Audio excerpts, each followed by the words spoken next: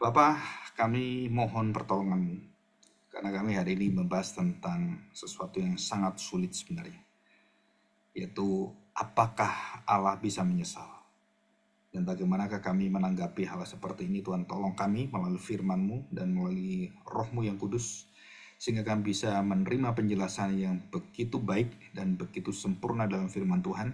Dan tolonglah kami dalam segala kelemahan kami, supaya kami bisa menangkap artinya dan kami mengalami bahwa Tuhan melakukan semua perkara dalam seluruh apa yang Engkau janjikan adalah Tuhan yang tidak berubah. Dan pimpinlah kami Tuhan dengan kuasa terang firman-Mu. Biarlah Roh Kudus bekerja dan melalui Kristuslah kami mendapatkan satu kekuatan dan kami bisa mendapatkan jaminan dari hidup yang tidak pernah ditinggalkan Tuhan sekali lagi. Dan selama-lamanya kami mendapatkan tempat bersama dengan Engkau Tuhan. Terima kasih Bapak, di dalam nama Tuhan Yesus kami serahkan doa kami. Amin. Ya, kita hari ini akan membahas tentang apakah Allah menyesal, dan kalau Allah menyesal, kenapa banyak hal juga dikatakan bahwa Allah itu tidak menyesal. Ya, saudara, ada sesuatu yang bertentangan atau paradoks ya. Nah, saudara kan bisa belajar tentang teologi paradoks. Ya, ada channel nanti saudara bisa cari di YouTube itu, dan rekaman-rekaman yang sudah saya buat paradoks teologi ya. Ada beberapa, mungkin sekitar 4 atau 5, dan mungkin dengan ini juga bisa tambah.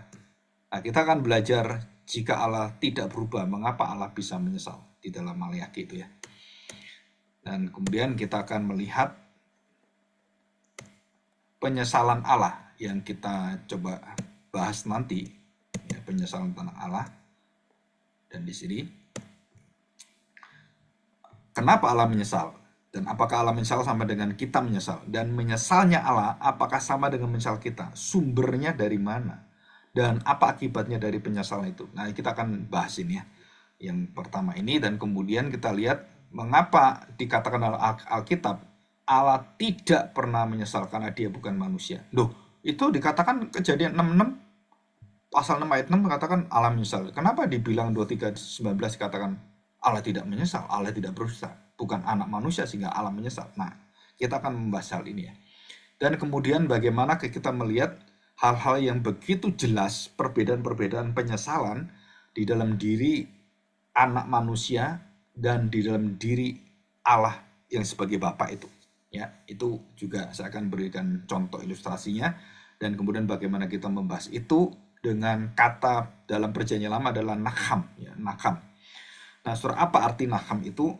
Sebenarnya ini lebih detail ya, tetapi saya ambil beberapa bagian yang penting saja karena kita bersifat tidak panjang, dan kita hanya menjelaskan hal-hal yang mungkin bisa membukakan kita tentang bagaimanakah menyesal itu, dan berapa kalikah Tuhan Yesus menangis dan menyesal dan bersedih. Dari kata menyesal itu sebenarnya berkaitan dengan bersedih. Jadi bukan seperti kita ya, aduh nyesel karena kejadian ini, aduh kalau saya datang berarti nggak akan terjadi. Nah, saudara, itu bukan seperti itu ya. Ya, oke. Nanti kita akan bahas bersama-sama, dan kemudian kita akan masuk di dalam pembahasan dan firman yang kita akan baca ya. Nah, kita akan melihat ini. Kita perhatikan.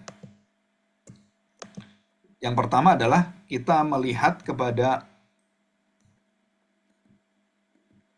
kitab Kejadian pasal yang ke-6 ayat 6 ya. Kejadian pasal 6 ayat 6.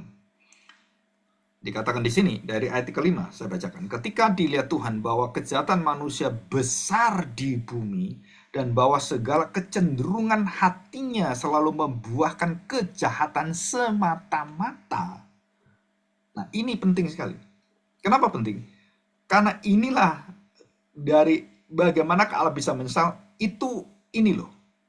Ya, ini loh, ada reaksi dari manusia, ada kerusakan dari manusia, dan di dalam keadilan Allah, di dalam sifat kekudusannya, Allah kemudian menyesal. Jadi bukan karena Allah salah terus menyesal, aduh sorry ya saya salah, bukan seperti itu. Tapi karena salahnya manusia, dan salahnya itu bertumpuk-tumpuk, bertahap-tahap, dan memuncak sehingga Tuhan mengatakan, aku melihat sendiri. Ketika dilihat Tuhan bahwa kejahatan manusia besar, jadi kejahatannya besar. Jadi Allah sedih di dalam kekudusannya, Allah sedih di dalam kebenaran keadilannya, Allah sedih di dalam seluruh tuntutannya kepada manusia. Dan manusia merupakan manusia yang tidak bisa kembali pada Tuhan. Dikatakan kejahatan manusia besar di bumi. Dan apa setelah itu kejahatan yang besar itu? Dan mereka selalu kecenderungannya, hatinya membuahkan kejahatan semata-mata. Dan inilah sebabnya, jika kejahatan manusia besar, kecenderungan hatinya membuahkan kejahatan semata-mata. Maka dikatakan di sini, maka dari semua itu, maka menyesalah, sedihlah hati Tuhan. Dalam arti naham itu artinya sedih. Menyesal menunjukkan pada kedukaan yang dalam. Kedukaan. Ya, bukan karena Tuhan salah, bukan karena Tuhan linglung atau karena Tuhan ada semacam penyesalan itu ada yang kelupaan atau ada yang tidak ditangani, bukan itu ya. Kalau manusia seperti itu misalnya.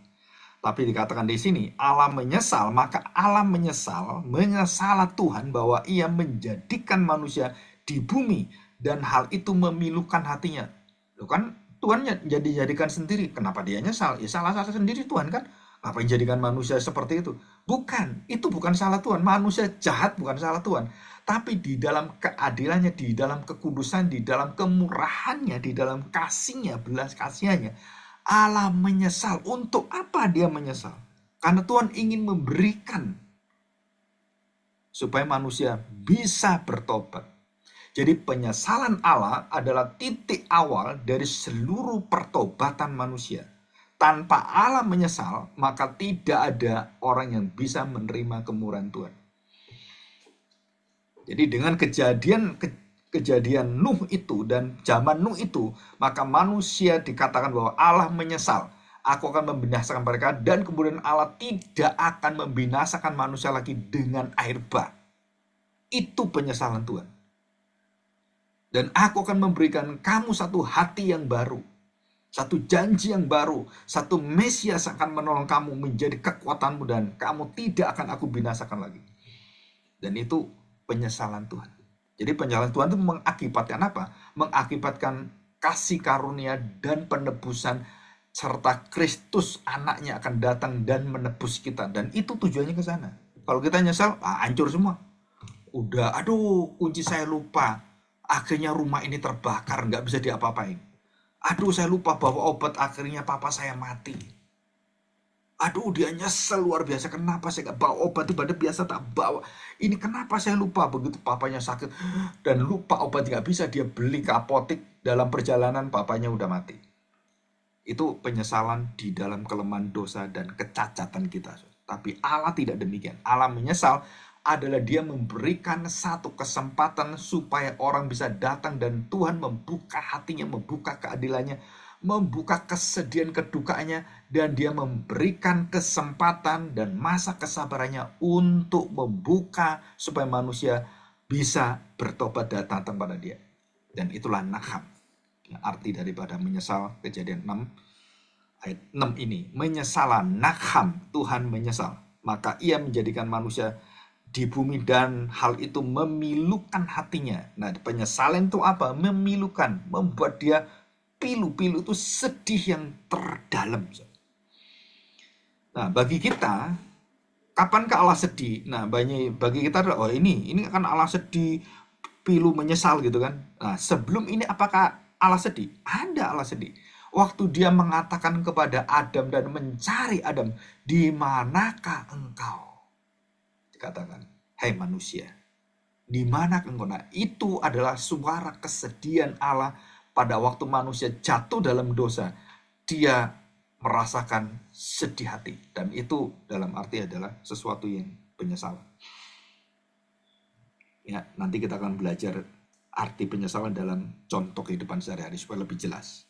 Ya, di sini kita melihat dengan jelas sekali ya. Jadi kita lihat bahwa di dalam Kejadian pasal 6 ayat 6, kita tahu bahwa Allah itu menyesal karena kecenderungan dan kebejatan dan kekerasan hati manusia yang membuahkan kejahatan semata-mata. Ya, kita lihat 1 Samuel pasal 15 ayat yang ke-11. Perhatikan baik-baik. Ini berkaitan dengan siapa? Kita lihat Saul ditolak sebagai raja. Ya. Nah, Tuhan, apakah salah Tuhan kemudian mengizinkan Saul jadi raja? Enggak salah. Yang salah itu Saul. Karena Saul akhirnya jatuh dalam dosa yang membinasakan dirinya sendiri. Dan dikatakan sini, aku menyesal karena aku telah menjadikan Saul raja. Aku sedih. Kenapa Saul jadi raja? Kok jatuh dalam dosa yang demikian berat? Jadi bukan salahnya Allah mengangkat Saul, bukan. Tapi penyesalan Allah karena dosa Saul tidak ikut menjadi raja yang seturut dengan firman Tuhan, seturut dengan kehendaknya. Nah, itu penyesalan. Aku menyesal, aku sedih. Jadi saudara, di sini kita mulai merasakan sense-nya. Jadi bukan menyesal seperti manusia yang salah, yang berdosa, yang hilaf. Bukan. Saudara. Tuhan nggak pernah hilaf. Tuhan tidak pernah lupa. Tuhan tidak pernah menjadi Tuhan yang kemudian ada rencananya yang dia lupa gitu ya. Dia kemudian tidak ingat gitu. Saudara, enggak. Sama sekali. Tuhan itu sempurna. Dan dikatakan, aku menyesal karena aku telah menjadikan Saul raja, sebab ia telah berbalik daripadaku. Nah, ini dosanya. Kesedihan Allah kenapa? Karena Saul berbalik kepadaku. Aku yang mengangkat engkau, aku memberikan kuasa engkau, aku yang melindungi engkau, dan engkau melawan aku. Dan dikatakan di sini berbalik dan membelakangi aku, dan tidak melaksanakan firmanku. Maka sakit hatilah Samuel dan ia berseru-seru kepada Tuhan semalam-malaman. Lalu Samuel bangun pagi-pagi untuk bertemu dengan Saul, tetapi diberitakan kepada Samuel demikian, Saul telah ke Karmel tadi, dan telah didirikannya baginya suatu tanda peringatan. Kemudian ia balik dan mengambil jurusan ke Gilgal. Ketika Samuel sampai kepada Saul, berkatalah Saul kepadanya, diberkatilah kiranya engkau oleh Tuhan.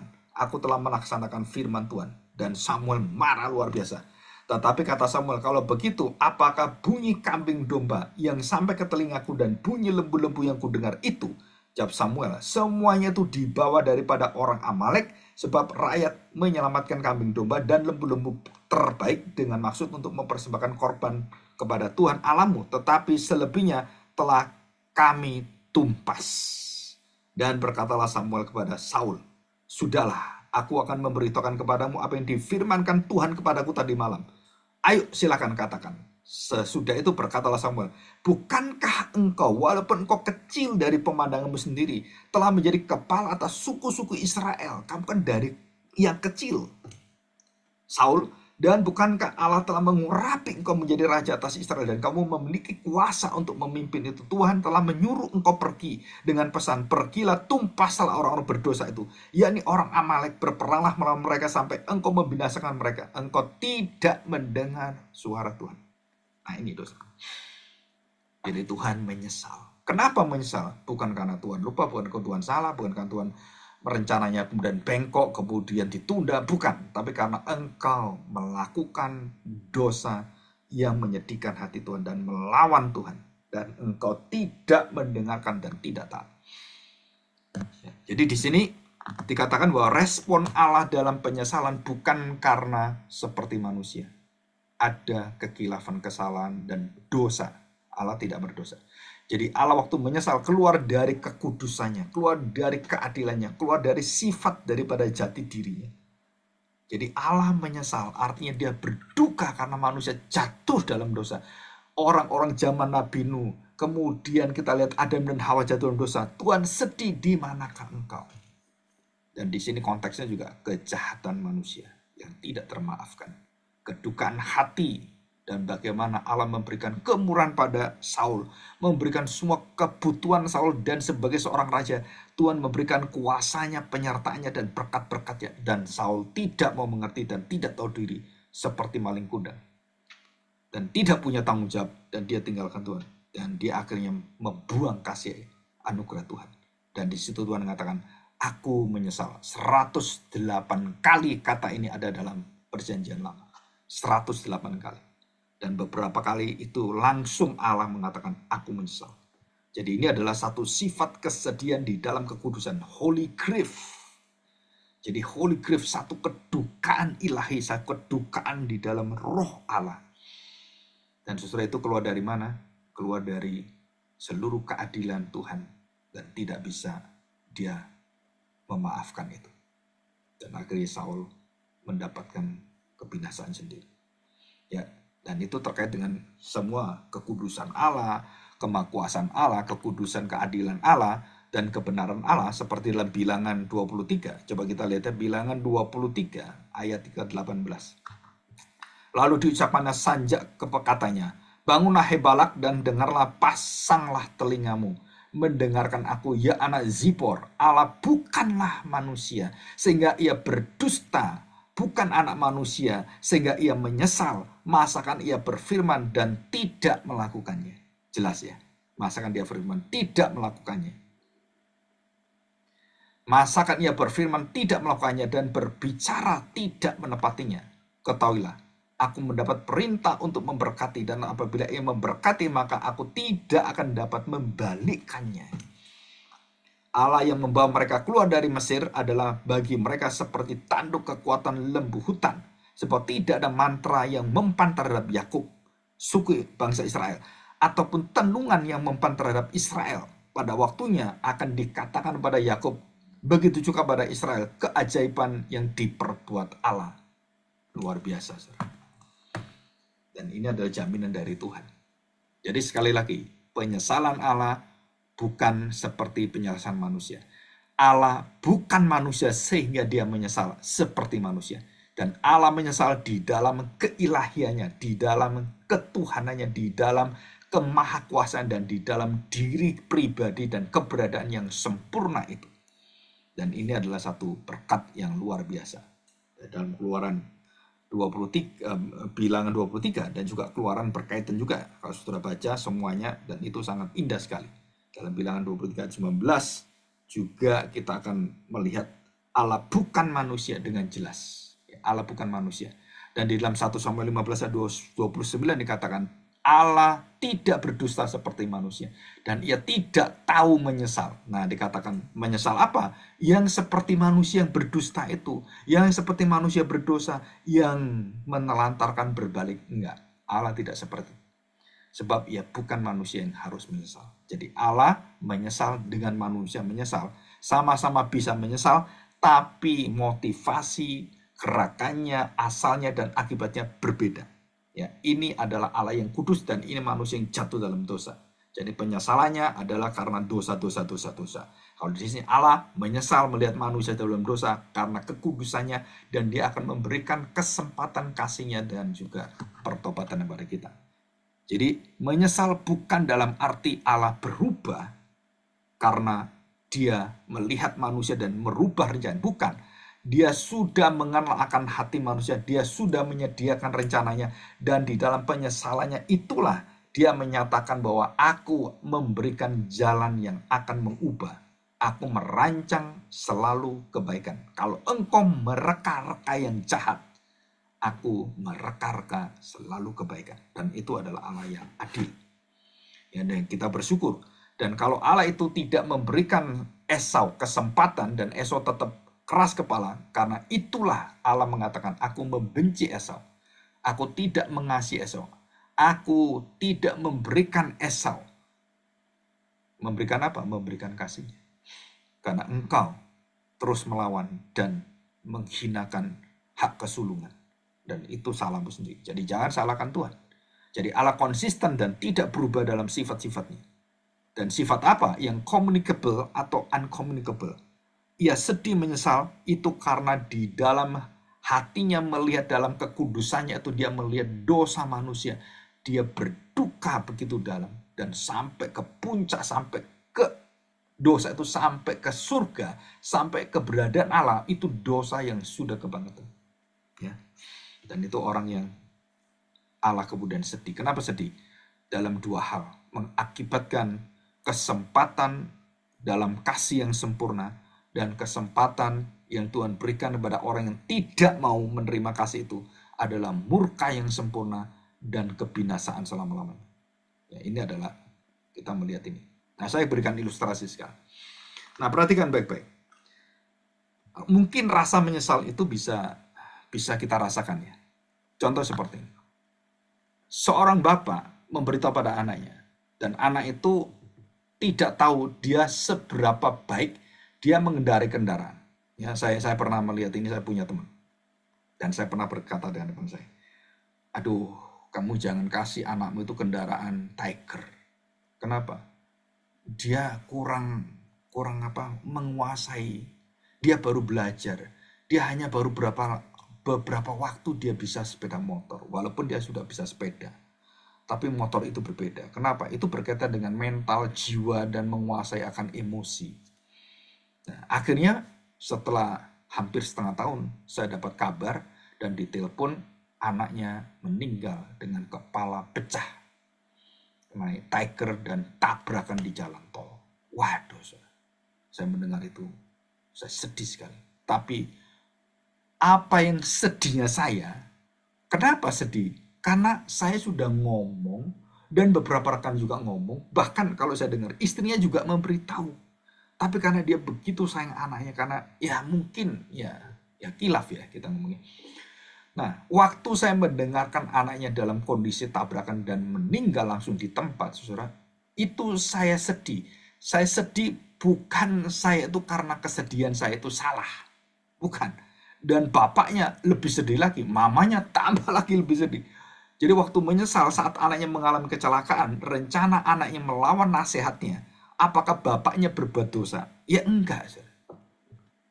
Allahnya menyesal itu, bapaknya menyesal bukan karena dia berdosa, bukan karena dia tahu apa yang terjadi padanya jika melanggar seluruh kata-kata dari bapaknya atau mamanya atau juga dari saya waktu itu yang sudah memberikan nasihat, karena dia adik kelas saya ya, di bawah saya, dan saya beritahu jangan kasih ya, walaupun kamu punya duit pun lebih baik jangan kasih, suruh Super Cup aja. Pada zaman itu ada Honda yang masih bisa dipakai murah itu Super Cup itu ya, yang harganya mungkin 2 jutaan lah. Nah, dia minta yang 10 juta lebih, yang Tiger, yang gagah, yang berat itu, yang kecepatannya bisa hampir 200 itu.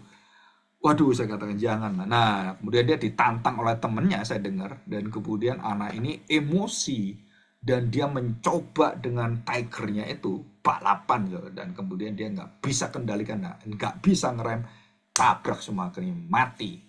Dan di situ, nah, sama. Apakah bapaknya berdosa?